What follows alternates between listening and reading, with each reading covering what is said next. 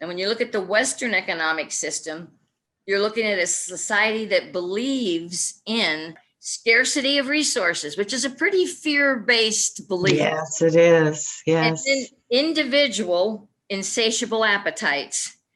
If you believe we are just an aggregate of individuals with no relationship or connection to each other, then you're going to get as much as you can. If you believe in scarcity of resources, you are permanently building accumulation to the point of hoarding into your system. Right. You go over to the other worldview as the starting point to the economic system, and you have the abundance of creation. I mean, there's a prosperity in creation that is infinite and unlimited within the indigenous worldview. And then you have a strong sense kinship-based enoughness. Excessive consumption was not a value that anybody held up to emulate. Stewardship, prudence, frugality, using all of what you have. You've got the worldviews. One of them really supports cooperation and sharing, because the goal of the indigenous economy is to meet the most needs of the most people. Racial wealth disparity is a primary index of the cumulative economic effects of all of the racial injustices that have taken place in the United States. And that gap is enormous. Collectively, Black Americans who are descendants of folks enslaved in the United States constitute about 13% of the nation's population, but have about 2.6% of the nation's wealth. So the question that can be raised is, what are the circumstances that led to this enormous disparity? And we argue in our book, From Here to Equality, that the starting point has to be the failure to provide the formerly enslaved with the land grants that they were promised in the aftermath of the Civil War. Then, to the extent that Blacks were able to accumulate property and develop businesses, in many, many cases, those were destroyed by the massacres that I was talking about, and their property was actually seized by folks who engaged in the massacres. But if you turn to the 20th century, where we have placed a significant amount of emphasis on home ownership as a source of wealth. For folks in the middle of the wealth distribution, home ownership is a home is the most significant asset that they have in their possession. And in the 20th century, there is a set of policies and practices that disproportionately deprive Blacks of access to either outright ownership of a home or to ownership of a home with comparable value or equity as homes that were owned by whites. The GI Bill is introduced for the purposes of creating upward mobility for veterans of World War II.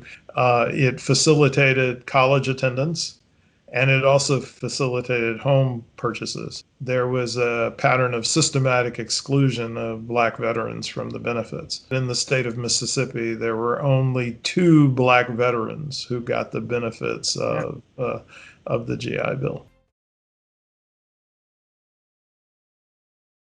And if you wanted to talk about what we've learned from studying successful reparations commissions. Sure. Okay, so we have looked at 6 such commissions. So we looked at the Holocaust.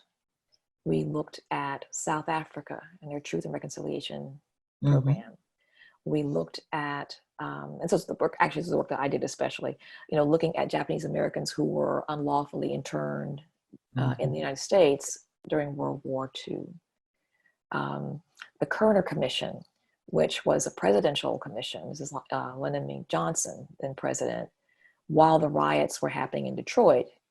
But then coming forward, looking at the 9/11 Victims Fund, and also looking at Sandy Hook, so the horrible Connecticut shooting in an Right. elementary school.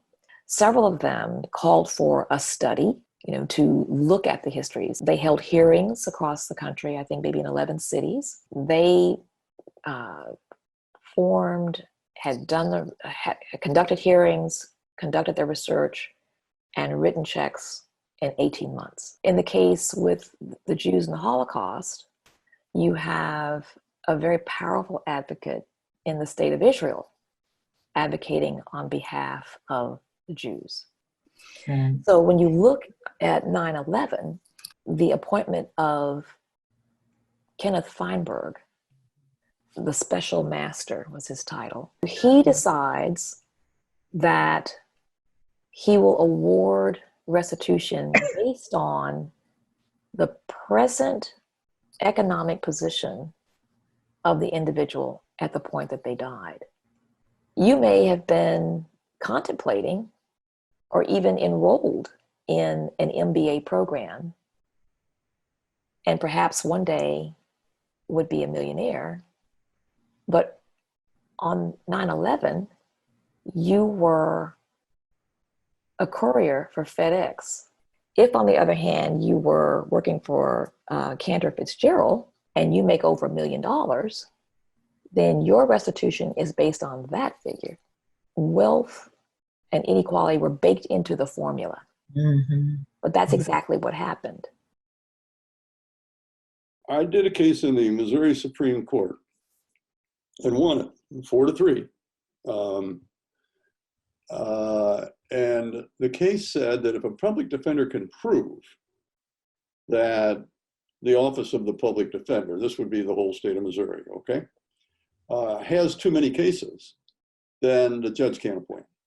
The public defender has a duty, not just the power to do that, but the duty to do it, and no judge can order him to take more cases than he or she can competently handle, or the state, there are 353 lawyers here in Missouri. It's a big public law firm.